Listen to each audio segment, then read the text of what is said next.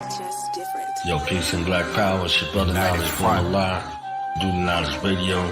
The place where knowledge is born. Knowledge Radio. This is 3K. Think tank. This is 3K. Hey. This is 3K. I swear that knowledge is born. It's where I swear that knowledge is born. It's where I swear that knowledge is born. It's where I swear that knowledge is born. Who ducked, who drew down, return fire. We're the warriors, the healers, enlighten us. I'm tired of the same old, that game old with an upgrade. I'm a sunbathed in the sun rays while my guns blaze and they complain. Devil, my level not attainable. My metal, not malleable. I'm a man, didn't need that manual. Reparations is incalculable. Yeah, we wanted in blood, dead in the begging, head in the beheading, metal to the meddling. Members is aggressive, getting to the Armageddon. Karma, seem calmer when it comes to retribution. Catalyst in my clips and I use them on traitors and haters and the ones that spread confusion. Cause the devil's playground wasn't built for our amusement. Hey, meet me at the guard hour. Hey, in these strange days, you gon' need a strong counter. Spin like Beyblade. Impenetrable armor, Orient aura. This story, this saga get gory before it get calmer. Keep holding that revolutionary posture. 85 on dip and dodger, but when they get monster, they turn into MC Light, earrings, and become door knockers. I'm irate, they pirate the culture, send them to Davy Jones' locker. It's okay. Let them think that you lost it. Be patient, this type of thing you can't force it. Play possum, but not know what the road that they can't comprehend cause the language is coded. We plan ideas and we plan explosives. Make your pockets go from more bits to more bread. The portal done open, they can't close it. You ain't got a sideline, you can cause more risk. No set birth date, no Dorian Gray portraits. It's about to get ugly and these devils can't forfeit ancestral memories, so no, I won't forget. What we building is an impenetrable fortress for sure. Every show is just like a course ship, and my flow for sure tighter than your gal's corset. It's okay. We are the source, you can't outsource it. Even Spartans don't want no parts left. What do you know? Before you know it, 3,000 wild Africans at your doorstep. Hey, meet me at the guard hour. Hey, in these strange days, you gon' need a strong counter. Spin like Beyblade. No, we will not cower while the rest they play safe. We will move with God's power. This is not for play. Honor my ancestors, play the Orient day. Peace to you, loved ones, stay dangerous and stay safe. AKAs and AKs coming to make their caves cave. Wreck the race like take case, stay dangerous and stay safe.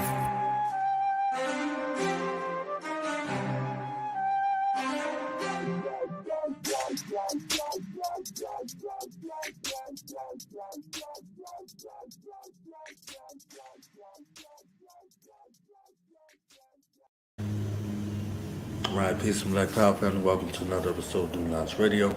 Place for knowledge is born. This is your host, Knowledge Born Alive. I'm here, excited. I'm happy because I could go all the way back to episode 3. Yeah, episode 3 of Do the Knowledge Radio.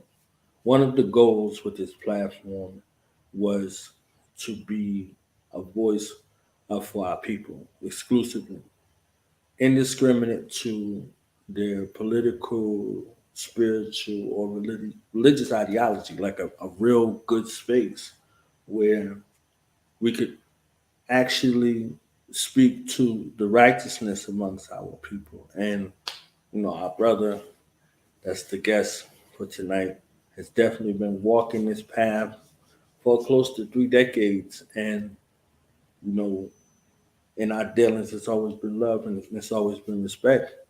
One of the reasons why I got so much love for Israel, anyway, because of this brother right here. So, through the spirit, power, the Most High power, becomes my honor and privilege at this time to introduce some, present to others, and welcome back. Alliance of Israel on Maccabee Alliance on our brother and warrior comrade for the truth, Chief Priest Danyaahla in the building. Peace and blessings to the audience. Of course, salutations to the host. And thank you for having me back on this esteemed platform. I'm honored to be here, and I appreciate the invite. That's love, man. That's love. It's been a minute. You understand? It's been a minute, but it's always good to see you. Always good to be in your presence. Yeah, you know how we do, King. We pick it up like you know what I'm saying, even if we don't talk for a little while. As soon as we come back, it's like we never left. You know how it go. Nothing never left. Yeah, definitely. So, how you been, man? First of all, let's start there. I'm well, man. I'm well. I'm alive. All praise to the Most High. I think you can correct me if I'm wrong. I think this is my first appearance on your show post. Let's call it the sickness. I don't know what words you use over here. Everybody uses different words, but you know what I'm talking about, right? Right. We all had sickness and everything. I think this is my Right. first time back on the platform since then. So I made it. I'm healthy. I'm well. And I'm continuing down this path that I believe that was forced for me to go down, trying to fight for the minds of our people. Same as you, bro. Definitely. Definitely. So, if we could back up kind of to your passageway into the truth, to share a little bit of that, if you don't mind. Yeah, man. So I was raised a Christian, went through several schools of thought, including the school that you currently reside in, which is the Nation of Gods and Earth. Shout out to all the gods, all the earths, what I'm saying, around the planet Earth. Shout out to them. If it wasn't for them, I wouldn't be who I am today. So I give honor and respect to the gods, man. You know what I'm saying? And the brothers that, put me on the path of knowledge, which brought me to the Israelite movement. You know what I'm saying? They prepared me for where I am today, man. You know what I'm saying? So I got much love and respect for the gods, man. You know what I mean? So I came into the Israelite way of life or understanding in 1992. So this is 2022. That makes 30 years. Prior to that, I was a member of the Nation of Gods and Earths. You know what I'm saying? I did my student enrollment.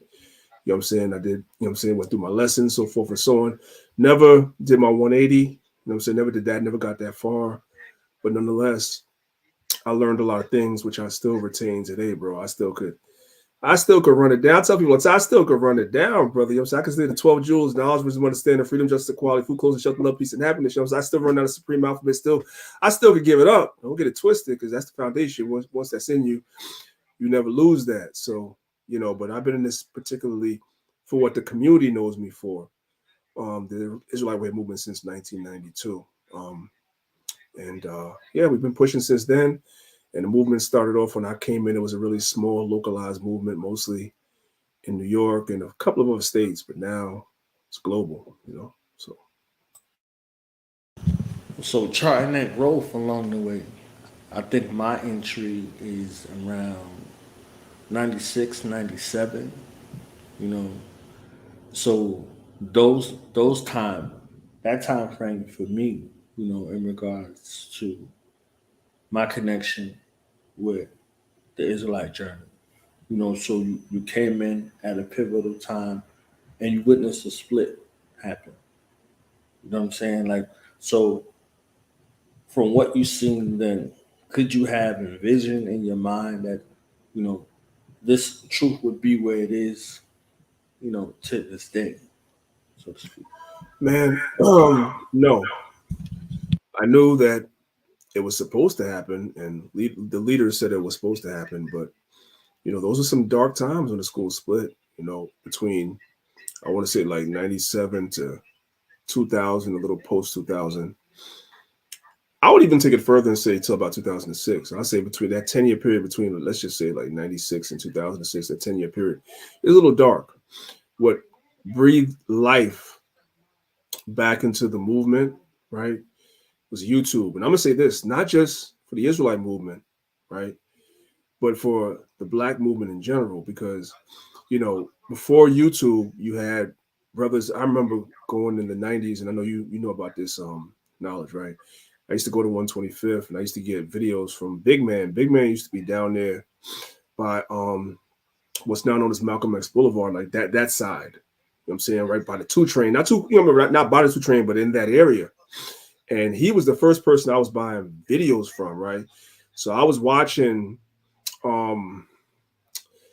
what's the guy's name, man? I was watching the More. You know what I'm talking about, man. What's it? Who's she freaking out? No, the one that everybody talks about that deals with the law a lot, man.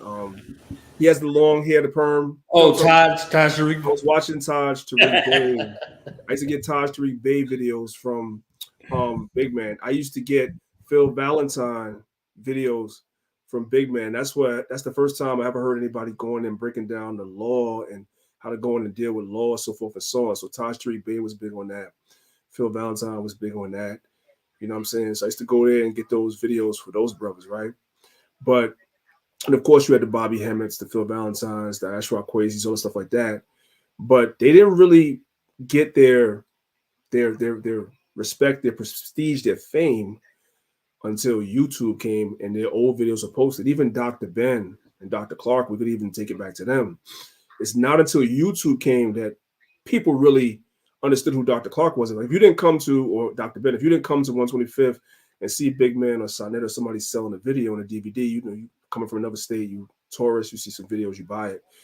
The world didn't know, right? YouTube kind of breathed new life into that whole movement. YouTube took Sonetta from just a brother selling on in front of, you know what I'm saying, 125th Mart into who he is today. So the same is true for the Israelite movement as well, for all movements. You know what I'm saying? YouTube kind of just breathed a whole new set of life into all the movements, including our movement, which was your specific question. So between 96 and I would say about 2006, when YouTube first came about, you know, it was kind of rough. You know what I mean? I'll say that. The battleground, though, like I remember the battleground before things became a publicized debate type of situation. The battleground, just knowing in that space, like when you say literally battling for the hearts and minds of our people, truthfully, you know, I saw it in so many facets and fashions that, you know, you kind of hear people seeking to mimic the culture of some of them cold teachers without giving the credit. You see what I'm saying? So you 100%, bro. It's a lot of bootleg. It's a lot of bootleg. Dude, I'm not going to listen. I ain't going to do that on your platform. But I see some bootleg people. Like I see one. Listen, because you might be friends with them, so you'll know what I'm saying. It's going to be an inside joke. I see one dude that has pretty much supplanted Bobby Hemmett. You know what I'm saying? Like he teaching everything Bobby Hemmett was teaching, and I'm like, you know what I'm saying? But now he got the advantage of having YouTube and getting all the money and all the fame and all the credit. But we heard those teachings in the 90s. I'm just saying. You know what I'm talking about. I think yeah, it's plenty of them. I mean, you know, I don't got no love for nobody but the righteous. You understand what I'm saying? So just seeing a lot of these things being usurped without even any kind of credence given, you know.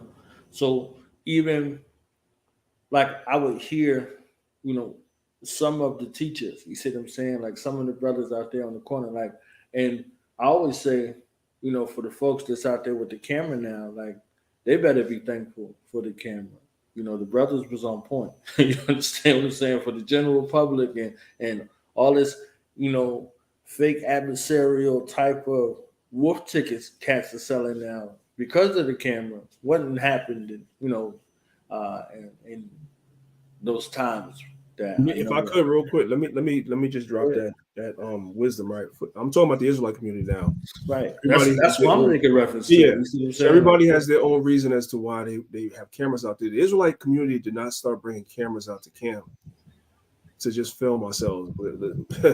You know what I'm talking about? What happened, so the community could understand what happened is that brothers would be going to camp and we'd be teaching. And the same way, like today, you have people that will come up and they'll disagree, they want to fight, so forth and so on. It's always been this way, right? And so what would happen was you would have people that come will want to fight. And when the police come up and get involved, who do you think they blame? Now, the person that came up, they could have started everything, threw the first punch, did whatever they did, right? When the police come up, who they blaming? They blaming us, right? So the camera was brought out to camp as a protective. Give me 1 second, Salaki, because I know you probably hear some background. Give me 1 second.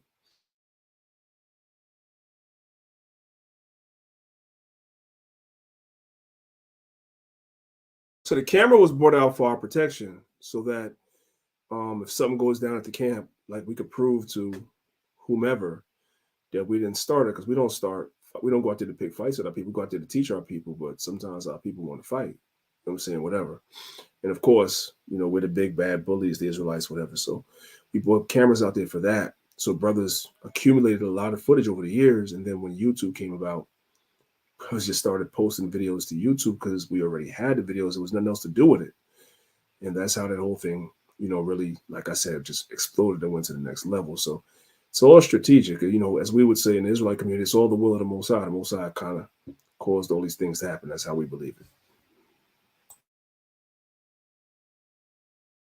Definitely. So I think I gave the background information, for context and showing and charting the journey. So this influence, we saw influence everywhere nowadays. People are identifying different schools of thought with their influence on hip hop culture, the industry, and things like that.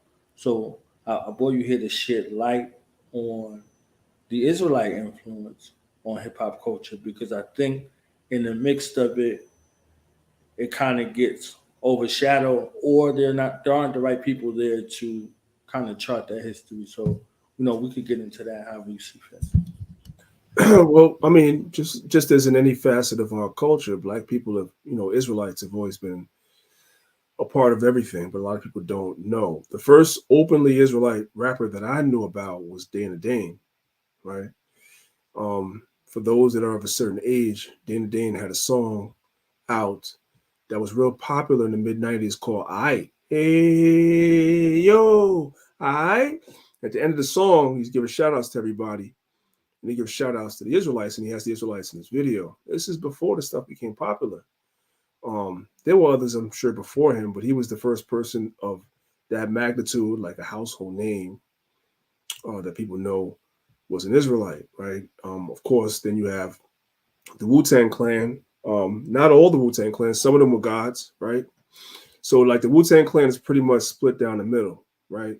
Half Wu-Tang Clan is gods. They're part of the nation of gods and earths. The other half of the Wu-Tang Clan are Israelites, right? So Killer Priest, as many know, was one of the first people to really, that was with the Wu-Tang Clan that got a real big push. And he was an Israelite as well. There are others, of course. You got Judah Priest, Hellraiser, and so many others. But he was like one of the ones that really took it to the next level. You could even hear Jizza rhyming, Israelite bars on the Fourth Chamber album. This is in the mid-90s. This is, you see these things going on. And even on the R&B side, I'm saying, in the 2000s, you had Boys to Men. Not all four members, but I think it was 2 out of 4 that were Israelites, right? This is before YouTube, before, you had a lot of people that passed through. You had boxers that were world champions that were in this movement, but like now, again, because of YouTube, what's wound up happening is that now this stuff is going worldwide. It's gone global, even though the media tries to pretend as though they don't see the movement has gone global. So much so to the point, right, where there's so many celebrities, and I've been reached out to by some celebrities myself. I won't say who, because my advice when I speak to people that have a certain level of notoriety in this society, and we'll get there, so I don't want to go ahead of myself, is not to do what Nick Cannon and Kanye did. Not to do that. That's not the thing to do. But we'll get there. But the NFL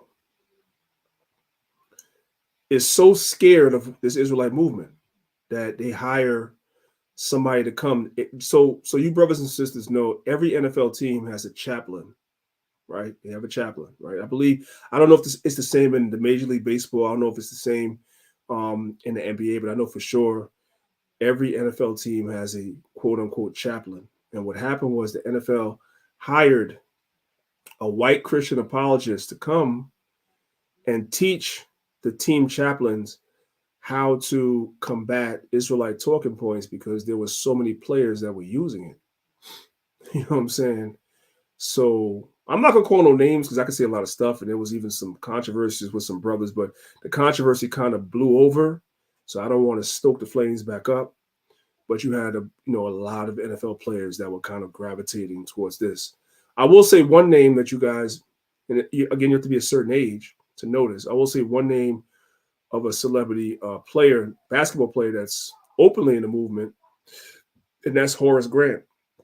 If you guys go to YouTube, you see Horace Grant. Horace Grant played with Michael Jordan on the Bulls those championship years. Horace Grant is in the Israelite community. He's part of the movement, right? So this is because of YouTube. So when YouTube came, these now we're not only entering into the regular people's homes, but the celebrities are starting to see these videos are coming up on their recommendations on their timelines, and they're starting to watch, and they're starting to gravitate towards the movement as well. But some of them are in the prime of their career, so forth and so on, and it's not wise for them to go as hard as I'll go, right? But I'll land there right now because we're not at that point yet. So you got it. I've been in a room full of them. I've been in a room full of them. You know what I'm saying? So I understand what you're saying. So yeah, I've been in a room full of them, and that was kind of some of my sentiments. But they was like, the truth is the truth. You understand what I'm saying? Wrong. So that's the raw mentality. Wrong. Yeah, I mean, hey. So I guess we can kind of unpack that a little bit. You see what I'm saying? Get into those kind of intricacies. But okay. So this is what I'm gonna say, and I'm gonna say this to anybody that might come across this, that might be a celebrity, or you don't even have to be a celebrity. You could just be somebody that has a lot to lose, right? If you believe in the Bible, the Most High gives us examples in the Bible of what to do and what not to do. Most of us, when we grow up, the first thing you learn about the Bible is John 3:16. For God so loved the world, he gave his only begotten son, John chapter 3, right? I would suggest that you start reading from John chapter 3, verse 1. Don't start at 16. Start at verse 1. It's the story of a man by the name of Nicodemus that was a ruler of the Jews. He had a high position amongst the people. But the position that Nicodemus and his brethren that were known as Pharisees had, that position was given to them by the Romans. I mean, as long as they were in league and in line with what Rome required, they can have a position of leadership over our people, right? This is, you read about this in the Gospels. Nicodemus was a ruler and a Pharisee. He had a position. Then he heard about Christ. Rather than be an open disciple of Christ, right? When you read John chapter 3, verse 1, it tells you Nicodemus came to Christ at nighttime for fear of the Jews. Like, look, dude, I believe on you. I believe what you're saying, but I got a position. You don't read about Christ telling him, no, you got to proclaim me openly and go and tell the world. No. That was okay. Why is that important? Because when you get to the end of the Gospels, you read about Nicodemus being in a position, the position that he had as a ruler. He was in a position along with Joseph of Arimathea to petition Pilate for the body of Christ after Christ died. So he had to stay in that position. He had a position that if he came to Christ by day rather than by night as a ruler, well, we know the Pharisees were against Christ, he might have lost his position. He needed to be in that position strategically for what was going to happen at the end, which was he wanted to petition for the body. So he needed to stay in that position. My point is that some brothers and sisters that are in positions of power have to consider the cost of their position. If you're in a position, we might need you to stay in that position. You might be in a position where you can advantageously, financially, so forth and so on, help us out, right? And that goes if you're in a position, whatever if you a God, right? The gods have certain things in the lessons that might be considered anti-Semitic as well. Or if you into, Black power, whatever, there might be certain talking points, whatever, that might be considered anti-Semitic as well. If you have come to a certain level of knowledge and you know certain things, it doesn't mean that you have to do what knowledge does, what Danyaahla does, what a Sarnetta does. You don't have to be the face of the movement. You're already a celebrity. You're already the face. So you don't have to come over here and be the face too. No, you could be an angel investor. You could be behind the scenes, giving money, giving finances, putting people in position that don't have nothing to lose, like me. that don't have nothing to lose like knowledge to say the hard things that the world is going to come down on. What the hell do I care if TMZ come down on me? What the hell do I care about that? What the fuck do I care about if CNBC, NBC, Fox News comes down on me for saying, sir, what the fuck I don't care about that. I have nothing to lose any goddamn way. That's the point. So they don't have to do what we do. And the mistake that celebrities make, like Nick Cannon, Ice Cube is backpedaling. Listen, knowledge, we're about the same age. We know what was Death Certificate? What the hell was that, man? You know what I'm saying? All them Ice Cube albums in the mid-90s and the 2000s, we know what he was talking about. We ain't gonna throw the brother under the bus, but we know what time it is. Now you copping a plea because you got a lot to lose. Cool, right? What I've implored everybody that I've talked to that has a position, and I'm gonna say now in case anybody sees this, keep your mouth shut. Get somebody you know, a friend of yours you could trust, to come and talk to us and help us behind the scenes. The Bible says, and I'm gonna land my plane here. The Bible says, if you do something in the name of a prophet, you will receive a prophet's reward. You don't have to be the prophet. You don't have to be the fall guy. You just have to do something and help that man, and you're gonna get the same reward he's gonna get. So you don't have to. Kanye didn't have to lose all those endorsements. All he had to do was holler at Knowledge, like, yo, bro, I'm gonna put some money behind you, man, and push you to the next level. You said that's all he had to do. That was it. It is what it is. So in an instance like that, with some of the other people, you remember what it was like to be on fire. You know, you're saying you was young in the truth. You understand what I'm saying? So you ready for battle. You got the sword out all day, every day. You see what I'm saying? So how do you begin to manage that? How do you begin to, reel that kind of zeal, as we would call it, young zeal, you see what I'm saying, and how would you impart that? Listen, that's a great question. This is how I'm going to answer it to you, right? Now, watch how I answer this, Knowledge, right? Check this out, right? We're talking about celebrities. Knowledge.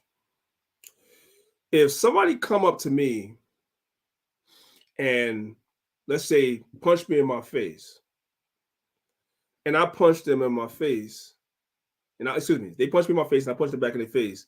Hey, fair exchange is no robbery, right? That's it. We just punch each other in the face. That's a wrap. But now if I'm Kanye West and somebody come punch me in my face and I punch them back in their face, guess what's gonna happen? I'm gonna lose. They're gonna sue me, right? If there's no footage of it, I'm gonna lose the case and I'm gonna lose millions of dollars. Celebrities are already trained that they can't operate the same way a regular person operates because they got something. This is before the truth, right? It's before the truth. You might be hot-tempered, quick-tempered, ready to fight, whatever like that. But then you got the bag. You became a celebrity. You well known, whatever. Now you have all this to lose. So even though that's your nature, even though that's burned up inside of you, you said, what? You know what I'm saying? You want to fight, whatever. You can't do that, right? Because if somebody slip on a banana peel and they say that you put the banana peel in their way, you're going to lose millions of dollars. They're already conditioned and trained not to give into their emotions, right? Even though that's the nature of man and woman. So yes, it's a fire burning inside of you, just like it would be if somebody did something to you that you like. Let's say, okay, for instance, I don't know if if you follow sports, right? Your man Kevin Durant, right? You know what I'm gonna say, right? Kevin Durant be making all these burner accounts. Why? Because he be getting online and arguing with fans. Have you seen that over the years? Now, have you been noticing that? Kevin Durant gets into nobody else in the NBA does that. But Kevin Durant got caught a couple of times, people saying stuff he don't like. So he makes a fake account and people put two and two together and realize that's him. And he done got burned a few times. Why? You can't do that. You're Kevin Durant. It's burning inside of you. You said, what, nigga? All right, I'm gonna say something back. No. Because you got something to lose. So they already trained with that before the truth. So no. I understand the fire is burning inside of you. You got to find a way to channel that. The best way to channel that is to put somebody in position that can say what's burning inside of you to say, so that you don't have to lose everything. You already trained with that when it comes to just regular fans. You know what I'm saying? If you know what I'm saying? I seen that video. I'm gonna give it right back to you. I seen that video. You know what I'm saying? I was worried for him, but he wound up not getting any charges. So you saw that video with Mike Tyson on the plane when that dude was bothering Mike Tyson on the plane, and Mike was trying to hold it together. You know what I'm saying? But finally, he just lost it. But because there was footage, that's why he didn't get charges. But if there was no footage, you already know what would happen, right? That's the truth right there. Especially with somebody like Mike Tyson, and he already went through the public crucifixion. You see what I'm saying? So on so many occasions. So for him to even be in a space where we still see him in this calm, zen almost kind of space, and he kind of leading people away from violence and things like that.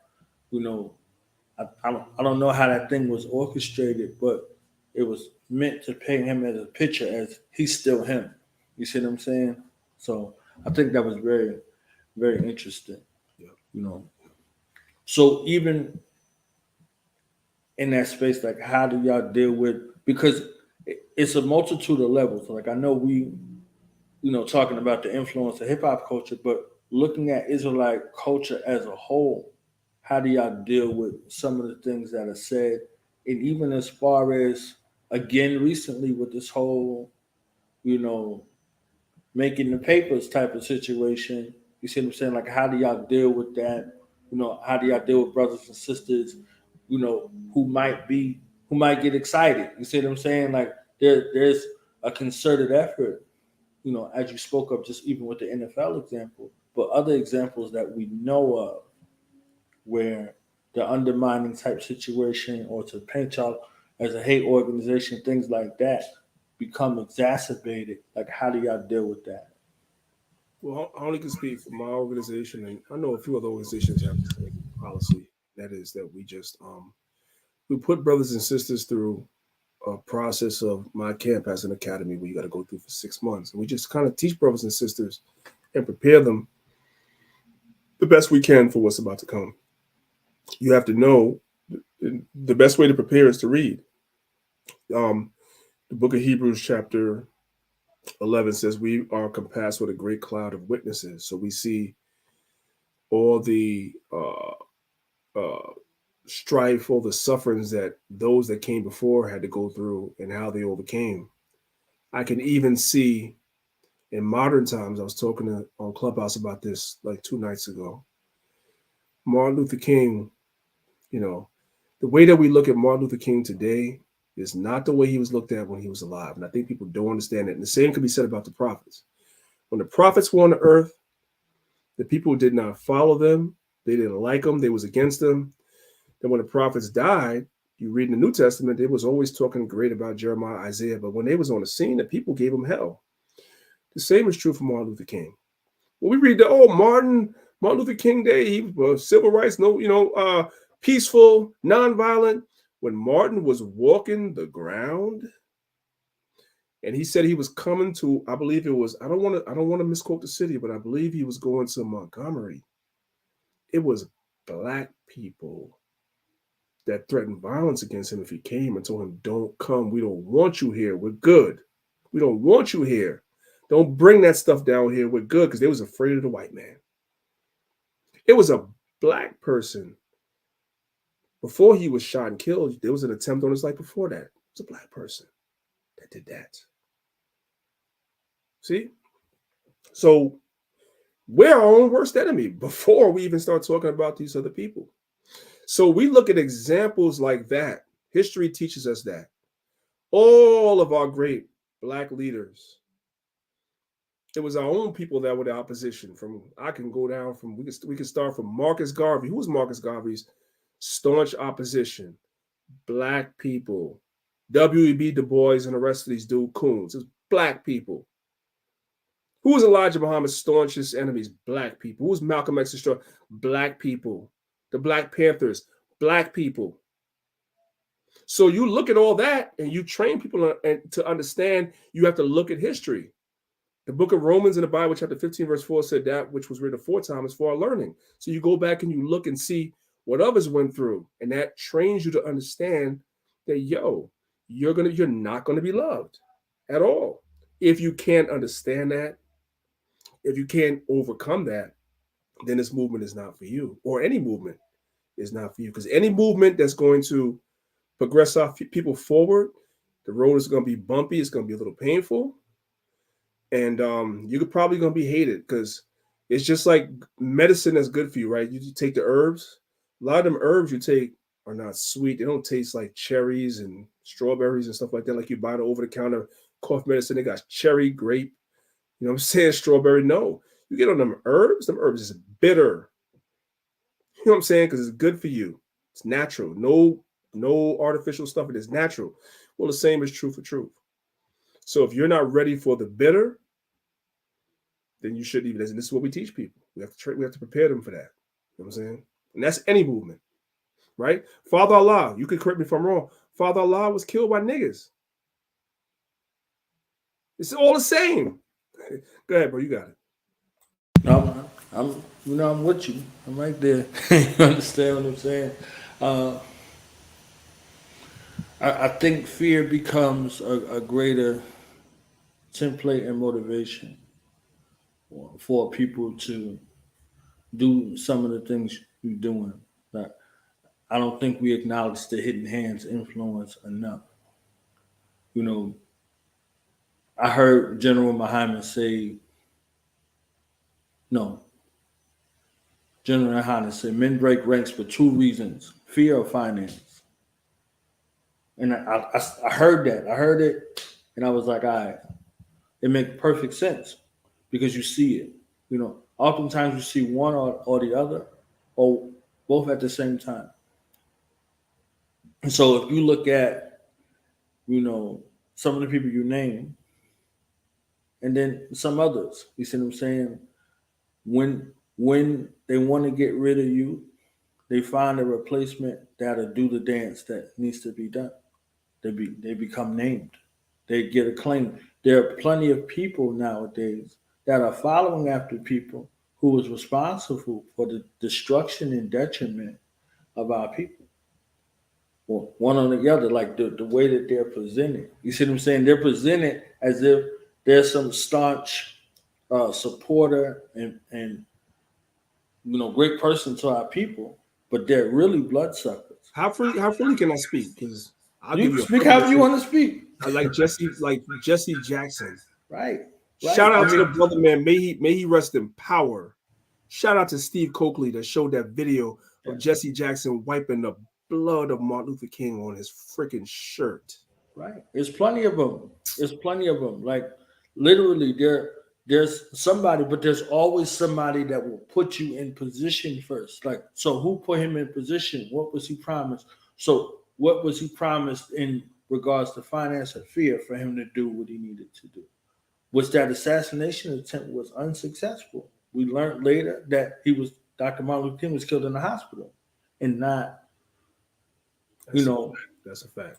We saw the police officers over Malcolm X, after he was shot, giving him CPR to make sure that he didn't leave that stage alive. You see what I'm saying? So, what was he promised through fear of finance? You see what I'm saying? To have him break ranks. There's issues with Dr. Khalid Muhammad. You see what I'm saying? A lot of issues with that. Yeah, there are people. I met Khalid in person, so right. I still take that personal. Let's get it twisted. I'm an Israelite, but I love Khalid. I met Khalid a few times in life. So we could just go through many of these instances. There are mysterious deaths that are associated with Dr. Bobby Wright, Dr. Amos Wilson, Shaka Mushabar Shango, and so many others who came. Dr. Wilson went into the hospital. They made sure she didn't come out. Yeah, right. You understand what I'm saying? Like Dr. Sebi. Right. And after further, evidence, like as soon as it happened, you got incendiary statements associated with her that was never around. You see what I'm saying? So I'm gonna test you right now and see how freely I could talk. Because since you mentioned freaking Dr. Welsing, right after she dies, we get listen. It's not about the movement; it's about the people. Right. them people that gave you the ADOS movement, they spoke evil Right. of Dr. Welsing. Understand that.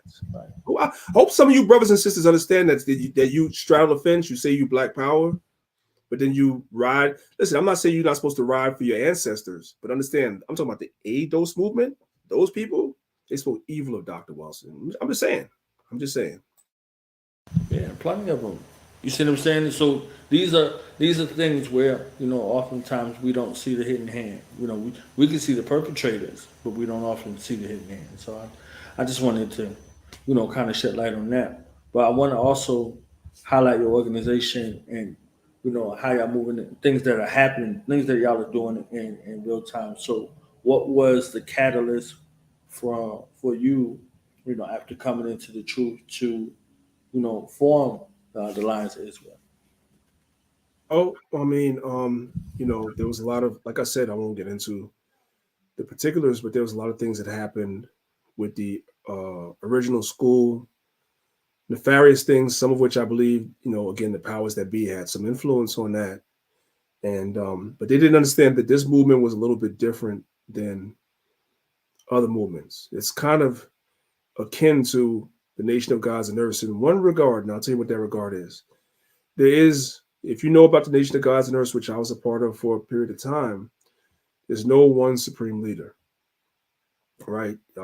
Every man is God in the Nation of Gods and Earths, and every woman is Earth, right? That's just how that go down, right? You might have some people that might be, there might be a little bit of a leadership structure. Like, for instance, you might have somebody that's your enlightener, meaning that's the person that brings you to the knowledge.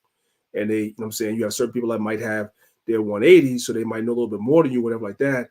But ultimately, everybody in the organization is God, right? There's not one supreme grand poobah. The Israelite movement is kind of similar to that too, right? There was definitely a leadership structure, but they underestimated that there was no one particular person that was the supreme spokesman for the entire movement. They did not estimate that. And that's how you destroy a movement. You destroy the head, you destroy the movement. When Marcus Garvey was gone, the movement was gone, right? The Panthers, the leadership was all taken out. The movement was gone. This movement was different. They underestimated that.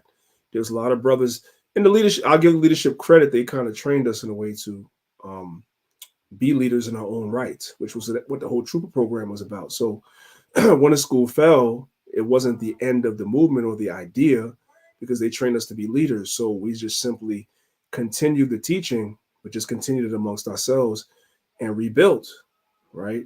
As far as we're concerned, because, our people still need knowledge. That never goes away. Our people are still in a messed up condition. We see the conditions of our people. The Black family is completely destroyed. The Black man is completely out of his mind. The Black woman is completely out of her mind.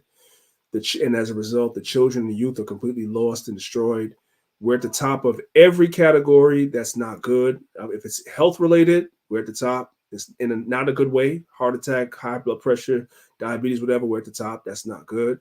When it comes to husband and wife not being together, the family structure being destroyed, whatever America's divorce rate is in America, the Black divorce rate is higher than the standard.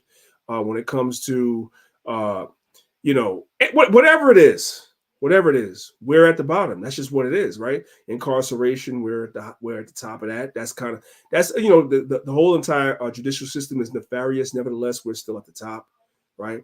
We've come to glorify. We're the only people that make music that glorify degrading ourselves, right? You will not go if you go listen to Spanish music. They don't degrade themselves in the music. You go listen to Arab music, Indian music, Chinese music, even white music to a degree. They don't promote calling their women bitches and hoes. Men are not drug dealers selling drugs to their damn mothers and their grandmothers and their aunties and stuff like that. It doesn't promote stripper culture. It doesn't promote any of that stuff. We're the only ones that do these things.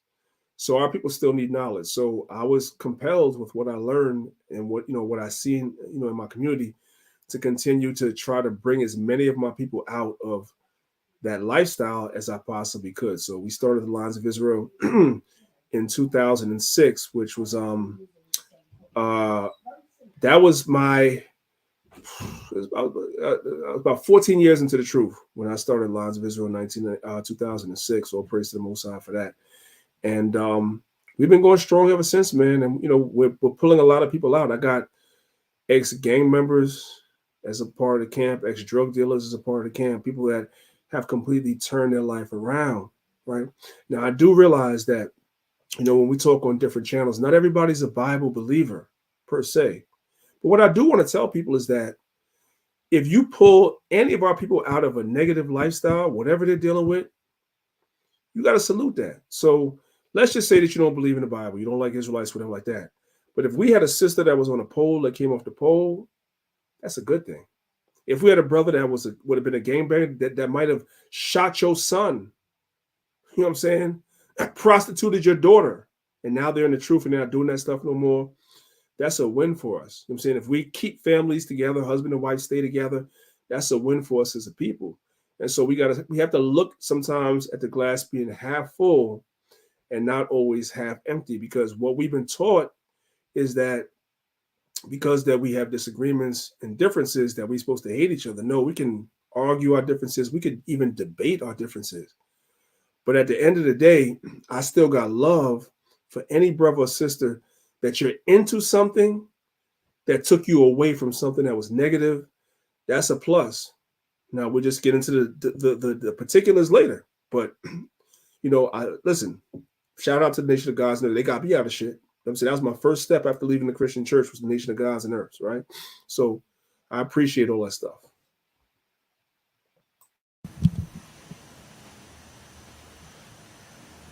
So for you and for your organization, what are some of the things that you could say has made y'all successful with reformation? Like literally, like working. I know y'all working with people in all different walks of life, but reformation is reformation. So whether they were in the streets or they were in corporate America, whatever it all, what it is. Like, so what are some of the things you would say that made y'all successful in reaching some of them?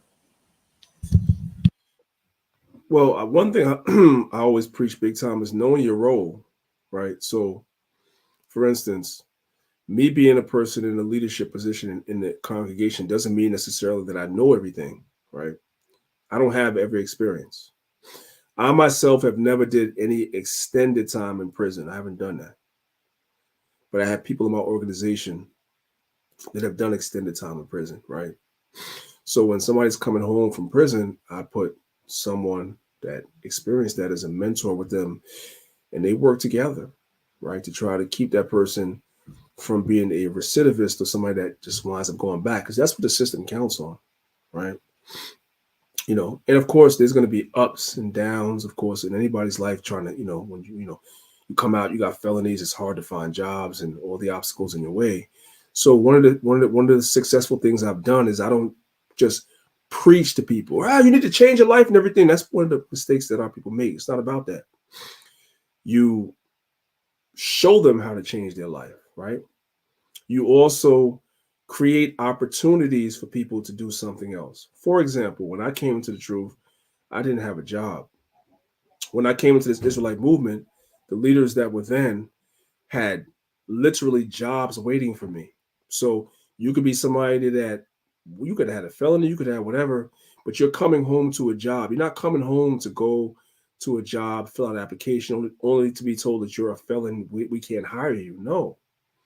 You have to create something for people so that they don't have to choose the negative. That way, if they choose the negative, it's a choice, right? The Bible says where there's no vision, in the book of Proverbs, where there's no vision, the people fail. Part of being a leader is being a visionary. You have to understand that you're going to have whatever organization you have. I don't care what it is, from Black Lives Matter to the Christian Church, to the Nation of Islam, to the Black Panther Party. You're going to have people that's going to be joining your organization from all walks of life. You have to be ready to receive these people and position these people, I'm saying, to do better from whatever they're coming from. We have sisters that are coming into this organization that prior to them coming into this, they experienced sexual traumas as young girls. They were raped, they were molested, they were this, they were that, right? We want to reform these sisters and prepare them to be wives. That's a process. It's not a process that I myself can teach, But I have other sisters that have experienced that are in position to receive these sisters and help them, and go through the ups and downs with them and change their minds and so forth and so on, because I already expected it, anticipated that these are the people, the broken people, the people that have something in a society, that are rich, that are whatever. A lot of them are not the ones that's going to be coming into these movements. You know who's going to come into these movements? A lot of people that are broken. They're broken down, right? They're not worried about losing anything. They don't have nothing to lose. And then they hear about a knowledge born. They hear about a priest Danyaahla, and they come into these movements, but they still have their issues, right? Right. Christ said the whole need not a physician. A lot of the people that resorted to him were the sick and the maimed, and not the rich and the people that were doing well. Is the sick and the maimed. That's the example that we have when we read the Bible. It's the same now. So you have to kind of create and be visionary and see certain things that your people are going to need. Yeah, people are going to come in, they're going to need jobs. They're going to need housing. A lot of people are going to come in, they're going to be sick, right? They have all types of ailments because they spent their entire lives eating and living unhealthy, all types of ailments and sicknesses and stuff like that. How do you deal with that, right? You got to teach people you got to blow the whole thing up. I got to teach you how to eat again. I got to teach you about herbs and cleanses and flushes and so forth and so on. So to make a long story short, so I'm not rambling too much, you kind of sit back and you anticipate all the different things that people are going to have going on in their lives when they come to the truth, and you try to present or prepare opportunities for them to make changes if they so choose, because it's a choice, right? So that when they come, they have the opportunity to change their life, and that takes vision. So that's what we did. We kind of sat back and looked, and also looked at what the leaders that before me did, what worked and what didn't work, right? I improved on the model that worked, and the things that didn't work, I discarded, right? So that's just some examples of what I've done. Beautiful answer. I just wanted to ask one more question on the hip hop tip because I heard you on the microphone before. You understand what I'm saying? And you see some of the brothers out there, picking up the microphone. How do y'all weave these things in together? How do y'all, you know, teach what you learn and convey it in a way that becomes palatable to the untrained ear? The first thing that you have to do, and that I learned to do, is not to preach. If I could listen to some of my earlier records, and I was just preaching, I had 100 scriptures in a song. That's not going really. That's going to reach some people. Some people, but mostly the people that's going to listen to that is people that already made the change. But when people, one thing I've learned, especially about our people and our music as Black people, is that we gravitate to music we can relate to. That's just been our experience, whether it be blues or jazz, R&B or hip hop. It's music that we could feel, we could relate to. So one of the things that we do is that we don't necessarily preach in our music. We talk to the people in language they can understand, let the people know that we're coming from the same places that they're coming from, and show them the progression of how we were able to make the change and what caused us to make the change. That's the way we construct our music, as opposed to just preaching on the songs. That's not going to reach anybody. So, and that was an evolution. It wasn't always so. If you listen to some of the earlier Israelite music, that's what it was. It was just straight preaching, no different than gospel. And like I said, you'll win some people with that, whatever like that. But our people like to hear. We have to be wherever our people are. That's the reason why we came into music. So if we come into music, we got to be wherever our people are. And if we want to catch their attention, we got to talk the way that they talk. The language that they talk, we got to talk that same language, right? And that's one thing I love about the Israelite movement. You know what I'm saying? The same way I loved it about the Nation of Gods and Earth movement, that we're a movement of the people, right? I don't mean no disrespect or no harm to any other organization, the Christians or anybody else per se, because it's not about bashing nobody. But, the movements that we are part of allows you to be yourself, man. You ain't got to be holier than thou or over righteous or none of that stuff, man. Just be yourself. You know what I'm saying? Tell the people where you come from. You have no shame. I was just like you at one time. I was never always holy and always righteous, but this is how I was able to make that transformation. And I think by doing that and learning by experience that you don't just preach in music, I think that's kind of taking the whole Israelite music movement to the next level. I wanted to talk about the unification of Israel because I know you were a staunch component and proponent, and I met some good brothers along the way and family, and I was received well because of our relationship. To be honest, you understand what I'm saying, and my relationship with Israel. You see what I'm saying? I got the same love you got for me. I got more love for you. You understand what I'm saying on a multitude of levels from Jersey to Demona or what I'm saying, the ride. You see what I'm saying? Because that's how far and wide that the love stretches, truthfully, especially on this platform, we love our people. You see what I'm saying? That's about righteousness. We ain't for no foolishness with none of our people. We ain't taking nobody's shit. But where there's love and there's respect, there's always been love and respect, and there always will be. So the unification of Israel, Maccabee Alliance, different things like that, like bringing people together. What was the push and the catalyst for that? Well, like you said, it was, you know, um, the best way for me to put it is that I just had to take some self inventory and realize that, I've been in this movement for a long time, and I realized that some of the bad habits that Black people that don't have knowledge have was seeping into those of us that say we have knowledge. We was having some of the same gripes, some of the same beefs, some of the same conflicts, just being as stubborn and set in our ways as people that we would call unconscious in a second. So the first step is to look in the mirror and be like, yo, aside from the fact that I might not agree with this man, that's still my brother. That's still my sister, right? We may have some disagreements. Let's first of all, before we get into the conversation about what we disagree with about, let's just learn to love each other. Let's get to know each other. And then when we have that conversation, that hard conversation about what we disagree, because the foundation is love, then it's not going to go left, right?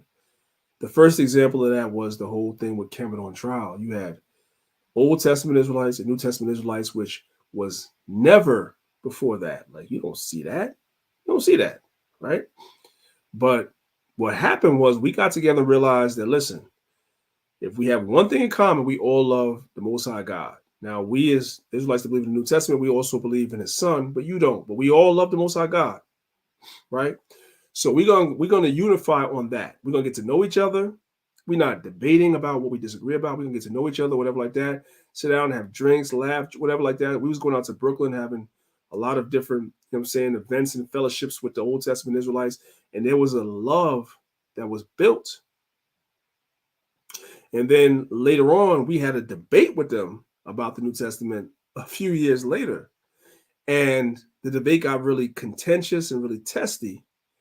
But the love, the foundation of love that we already built was so strong that at the end of the debate, after we finished, going at each other over information, it was love. We was outside laughing, drinking right after. You know what I'm saying? We went to, shout out to Shemai Israel in Brooklyn. We went to their school. We had the debate. Right after, their wives were downstairs cooking food. We was outside cooking, eating the food, having some drinks, shots, laughing, the whole nine. But that's because we learned to love each other first, right? So that was experience that told us that that's how it's supposed to go, because in years past, we just get right to the debate. That's not how you're supposed to do things. So to answer your question as concisely as I can, experience taught me that before I debate my brother or my sister, let me get to know my brother or my sister, build a relationship with my brother or sister, so that at the end of us debating, we don't hate each other, but we still realize and recognize that we're brothers and sisters. The other nations do it. White folks, Chinese folks, Arabs, East Indians, they're not a monolith. They don't agree on everything. But when it comes time to be on code, them mofos is on code. You know what I'm saying? So we could learn something from them, and I learned something from them, and that's where all the other stuff that you talked about comes from. I learned that it's the time to be on codes. When you my brother first and foremost. With the disagreement stuff, we'll do that. We might even have to do that behind closed doors. I love. I'm a yield with this, and I'm gonna see if you remember. I love what happened on the Montel Williams show. Remember when the brother was on the Montel Williams show, and Montel Williams asked the Israelite brother, "Yo, I heard you. I'm paraphrasing. I heard you disagree with Farrakhan." He said, "Yo, if we have a disagreement with Farrakhan, we'll talk to him. We ain't gonna do that here. We're not gonna talk about that here in this forum where you could use it and show division amongst our people. No, if there's an issue with them, we'll talk to them. That's being on code. You know what I'm saying? But that only comes with experience."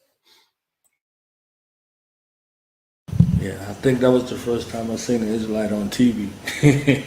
With that Montel Williams episode. Brother was sharp, and he's still sharp out here doing this work. You see what I'm saying? Yeah. And this is why documenting our stories is most important. And Israel has always supported New Knowledge Radio. We go back to Now, I'm episode. sorry. Keep talking. I'm just gonna go and get some more light while you're talking. Oh no, you could. Yeah. Yeah, Israel has always supported through the Knowledge Radio and still does. So y'all seen, our family come over here, from different places, and y'all know that Do Knowledge Radio was chosen to host, the Voice of Zion radio, that was from Arad, that was from the moment. You know what I'm saying, with the community and the brothers and sisters who left Chicago and repatriated, to Liberia, and from Liberia to Dimona, Israel, and those surrounding areas. So they chose this place, this platform, to share their story because it was of importance. You know, Priest Danyaahla and, some of the other brothers, Captain Tazariak and, you know, Alazar, the family has been around, insulated and interwoven, you know, into the fabric of Do Knowledge Radio. Because one of the things that I noticed from some of the other platforms, we only heard from Israel when it was time to have the sword unsheathed. So it's like, what else is going on? Like, I know there are other works that's happening. There's other community outreach. They only show you on the corner or show you on the corner at war with somebody. You understand what I'm saying? So the other parts always get lost in translation. I think it was Divine Prospect that told me that 10% of Israel gets 90% of the attention. A few years back, he told me that. And, just reflecting on that, I was like, so what can I do? You know, so I started reaching out to the family, and, it's always been love because your story needs to be told properly. Otherwise, we'll be dependent on the Southern Poverty Law Center or whoever, wherever, somebody disgruntled, whatever the case may be, because, when they want to dredge up something, like you were saying earlier, everybody joins organization, good, bad, right, wrong, and different. And once those people have what they are looking for,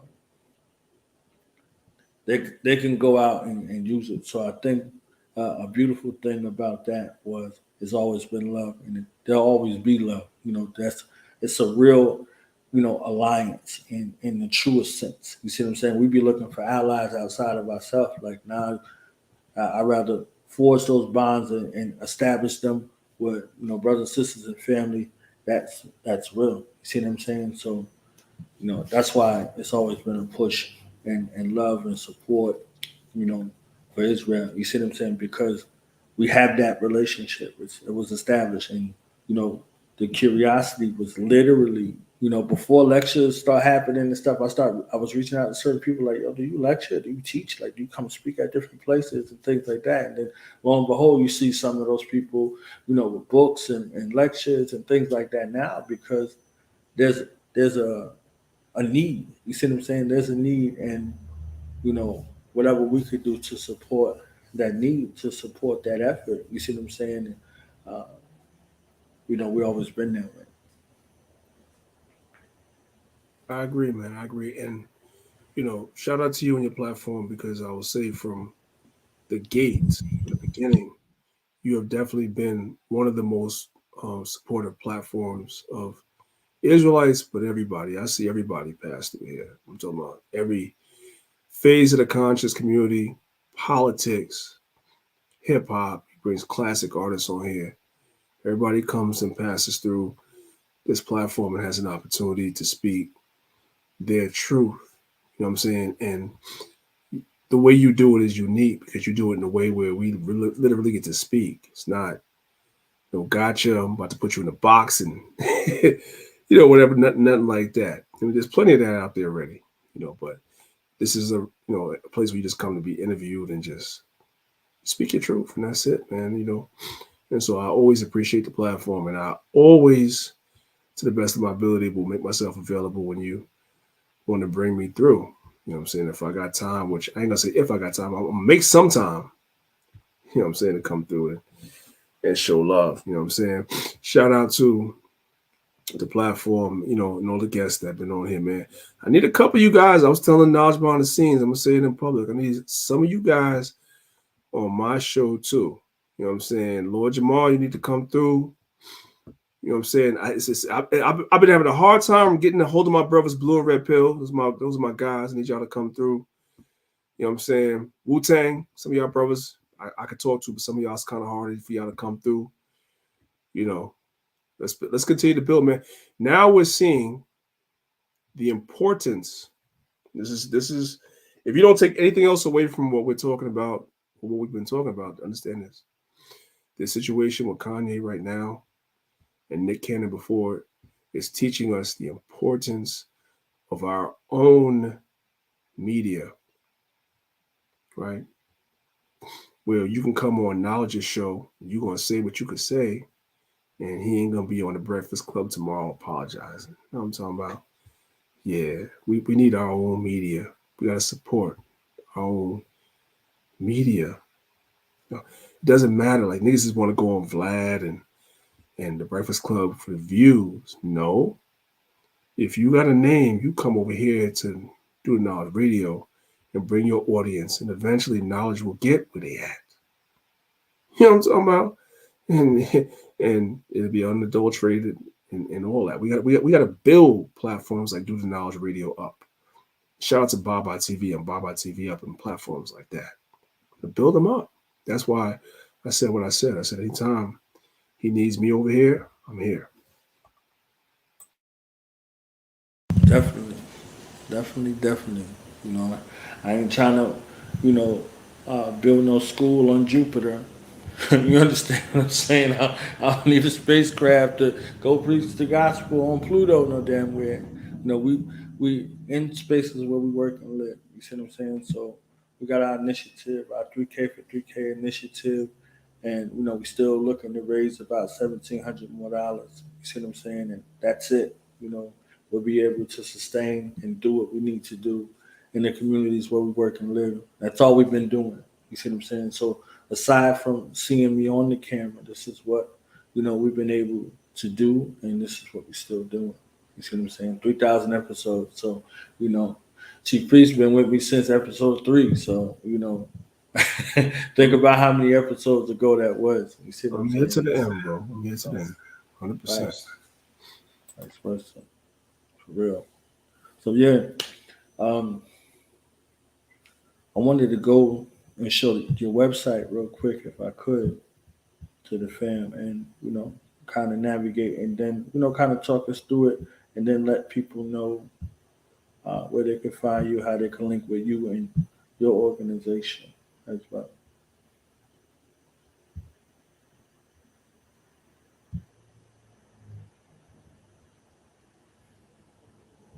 Praise to the Most High.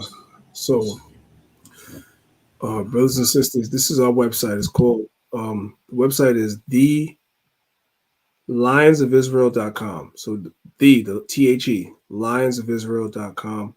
Actually, we have a brand new website we're going to be launching probably in another month. So the website has already been rebuilt.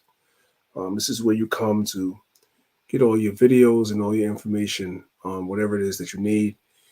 Our phone number is on our website. Our contact information is on the website. You can email us, right?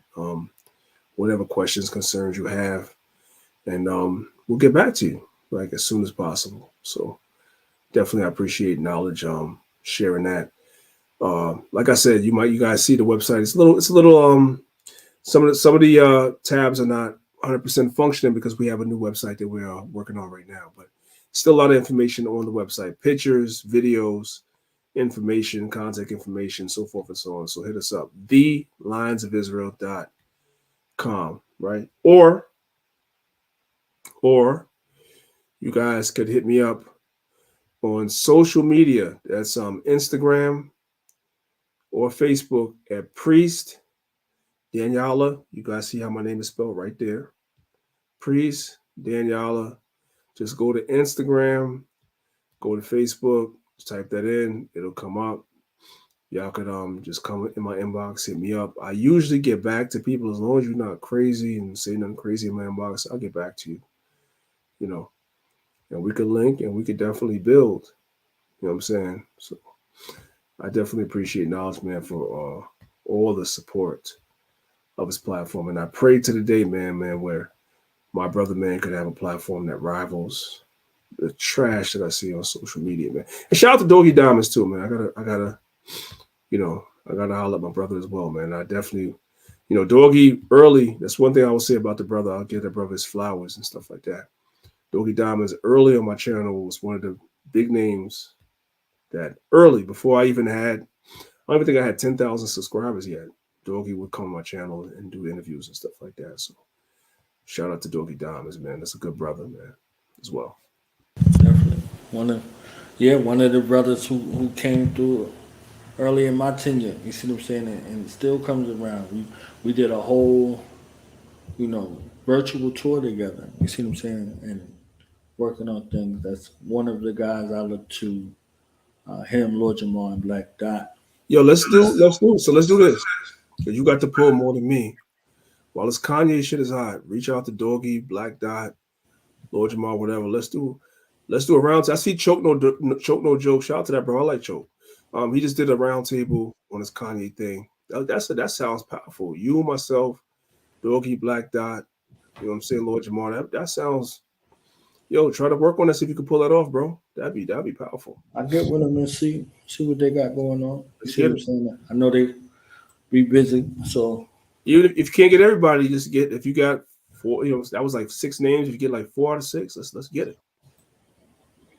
yeah, I'll look into it and see what's up because it's we get busy and stuff like that, but we got to stay connected to who's real. You see what I'm saying? So who better to navigate? Because buzzwords go out there, and then people start taking it off in their way. So they're supposed to be able to know who to call. Like this is why this community was created.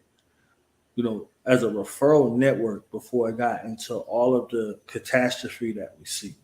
But you It know was what? a You know what? No, not to cut you off and stuff like that.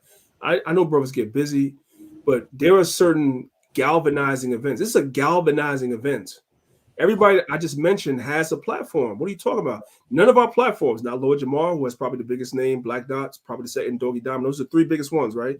None of their platforms is bigger than Vlad or Breakfast Club or nothing. They're big, but not that big, right?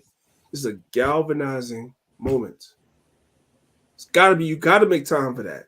You know what I'm saying? There's a time to talk about it, but I know that everybody I just mentioned is going to keep it real. Right.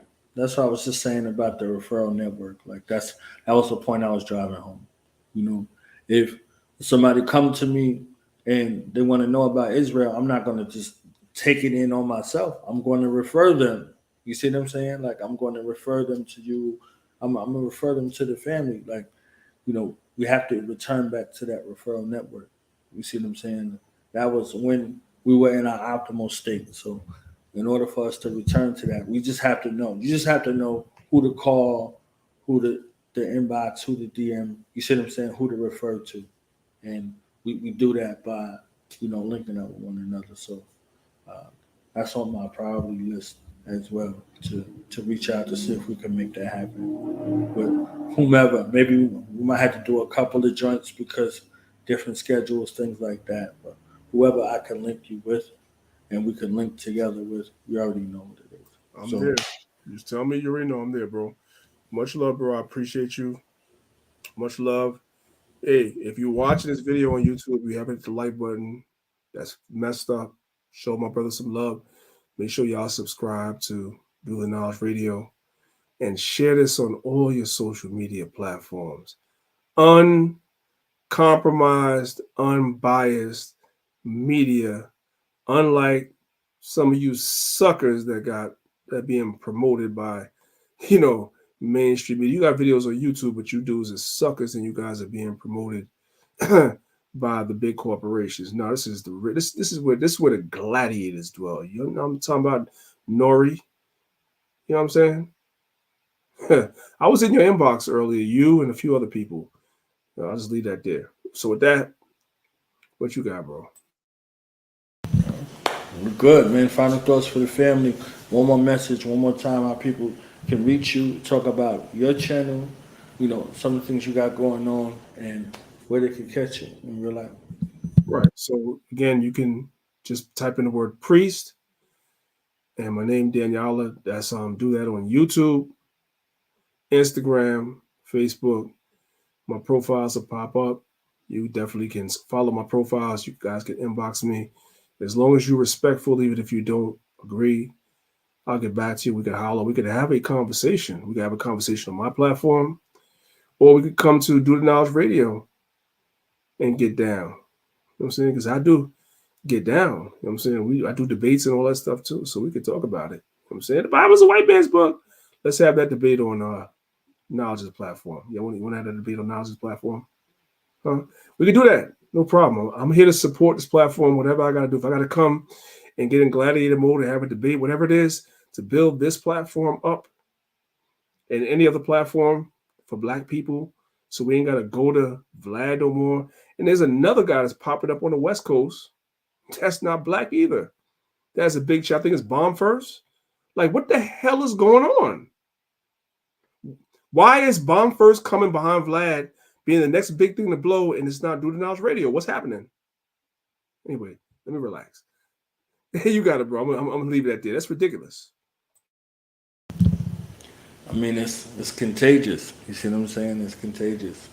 So it becomes a little difficult to differentiate yourself from, the trash that got most of the eyes. You see what I'm saying? It becomes an eye game. They start doing the eye thing. You see what I'm saying? But the beautiful thing about it is, like they say, the cream always rises to the top. The truth always. You can have a gimmick. You can have something temporary, but I'm gonna be here. Like you gonna be here. I'm gonna be here. You see what I'm saying? We're gonna be here regardless. This is what we do. You see what I'm saying? Until the Most High call our number. You understand what I'm saying? We're gonna be here. What the Bad Boy record said, we will be here forever. Do you understand? Right. Forever and ever and ever and ever, we will be here. So what record was that, Knowledge? I forgot. What record was that? I remember the joint too. It sounded like an X-Clan joint. Now it was a Bad Boy record, man. We will be here forever. Do you understand? Forever and ever and ever and ever, we will be here. I forgot what it was. It was right. It was Puffy was saying it. It was a big record, but I don't remember what record it was. Maybe next time. It's all good. Somebody can put it in the chat. Okay. We out of here. Hey, bro, much love. I appreciate you. Whatever else you need, holler at me. You know what I'm saying? We'll definitely talk. You got my number. Just call me, man. But I appreciate you bringing me on your platform as always. All love, man. Thank you for all the work you do. Keep doing your thing, man. All right. Shalom, shalom.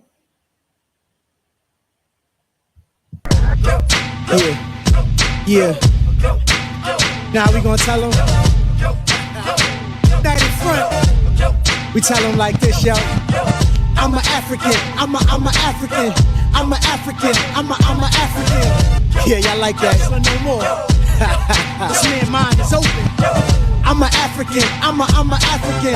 I'm an African. I'm a. Let's get back to the gritty. Motive is best developed by recognizing the common enemy.